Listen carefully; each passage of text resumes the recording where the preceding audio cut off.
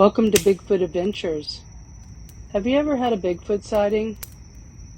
If you have and you don't want to let anybody know that it was you that saw him, or you're afraid to tell your story because you're afraid of you being made fun of, I'd be glad to tell your story for you. All you have to do is email me your story at bigfootadventures411@gmail.com.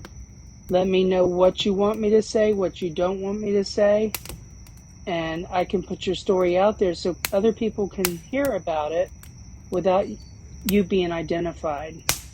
So this next story came to me by email. This gentleman had reported this on the BFRO website, and he reached out to me and he wanted me to tell his story. He is having ongoing things going on in this neighborhood that he lives in here in Florida, and it's quite scary, some of the stuff that he told me. But his sighting was in January of 2001 or 2002. And his name is Matt. And him and his wife moved into this neighborhood that was never really finished in the Port Charlotte County area. This area is full of all sorts of encounters there. There's tons of them in that whole area. There's Miyaka State Park. And the neighborhood that they lived in, the whole back section is undeveloped. It's got concrete roads, but they never built the houses that they had been planning to build back there. And there's wildlife and forest all around. Well, so they see a lot of wildlife in this area. He said they would frequently exercise, like bike ride, walk, run, or rollerblade back on these roads because, there wasn't really any traffic and it was nice and easy to do without worrying about being hit by a car or anything. So they would go back to these empty streets and, the lots, you could see where the lots had been cleared, but they were starting to, be taken back to nature. They were, becoming overgrown again. So this one day they were rollerblading. It was on a cold day in January for Florida. It was in the 60s. The cold front had just moved in, he said, and him and his wife decided they were going to go rollerblading. So they took their route that they normally take down to the end of the road. And they were just going at an easy pace when they came to an intersection.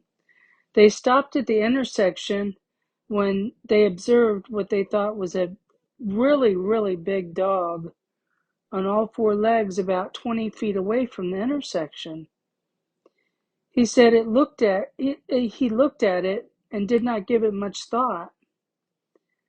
He said he never saw a tail or a head on it, and he told his wife that they should have brought a lead to see if someone was missing their dog.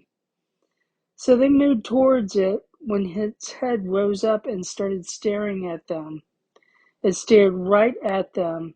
He said the face was very dark. The hair was long reddish brown, and it was actually down in a ditch. He said about 2 seconds later, it took off straight for him at an alarming pace. He said the shoulders did not break a plane, and it appeared to be floating as it moved. The hair was flowing like a locomotive train. He said that they turned around to get out of there. He said that he then watched it move to the roadway effortlessly. It appeared to just float up the bank into the road. He said he couldn't see it up close, so he couldn't get the detail of the face, but it was definitely dark. He said that this thing was it took up about a quarter of the road, about 3 to 4 feet across. The shoulders, he said, looked to be about 4 to 5 feet.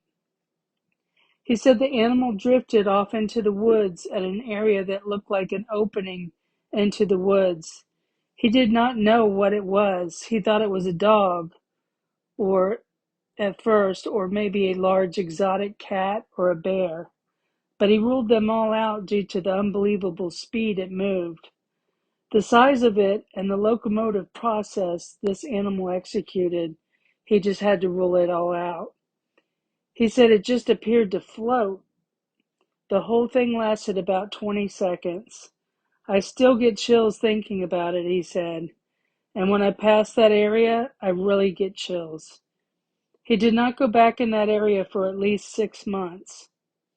Then about a year later, about 5 or 6 blocks north of the original area, he was out jogging.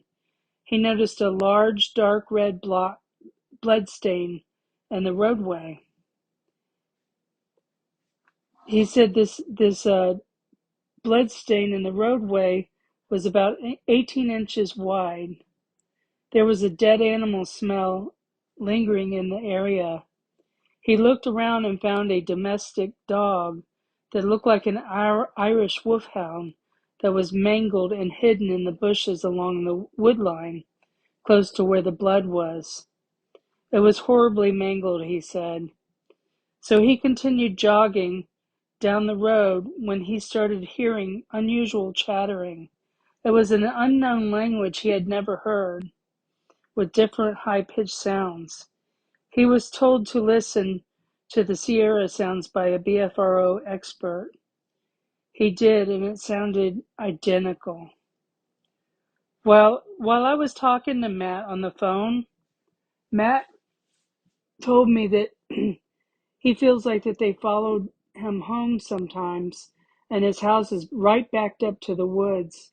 And he said he let his dog out to go to the bathroom, and he could smell that dead animal smell again. He said his dog freaked out and came right back in. He wouldn't even go out to go to the bathroom. So when I was talking to Matt about this and the floating part of the way this thing floated, Matt was getting very emotional, which I could understand. I mean, that's just weird. He said he feels like they always know when he's out. He just feels like they are reading his mind almost. He said he was very, very scared, and he's still scared. He doesn't like to go down there by himself often. And, you know, he was just very emotional. And I felt bad for him, because that's a very scary thing. I've seen people cry over this subject, women even, that have cried, like emotionally cried, like somebody died and their family cried when they've seen these creatures. So, Matt's having some weird things going on in that neighborhood, and he still is having some weird things going on as of today, just not to the extent that he did at first. But I thought that this story was a great story to tell, and Matt is going to stay in touch with me if anything else happens, and we're going to see if we can't hook up and maybe go out to Miyaka State Park, where he did find some footprints out there. So I hope you guys are enjoying these stories. Thanks for watching. If you like what you're hearing, please subscribe. See you next time.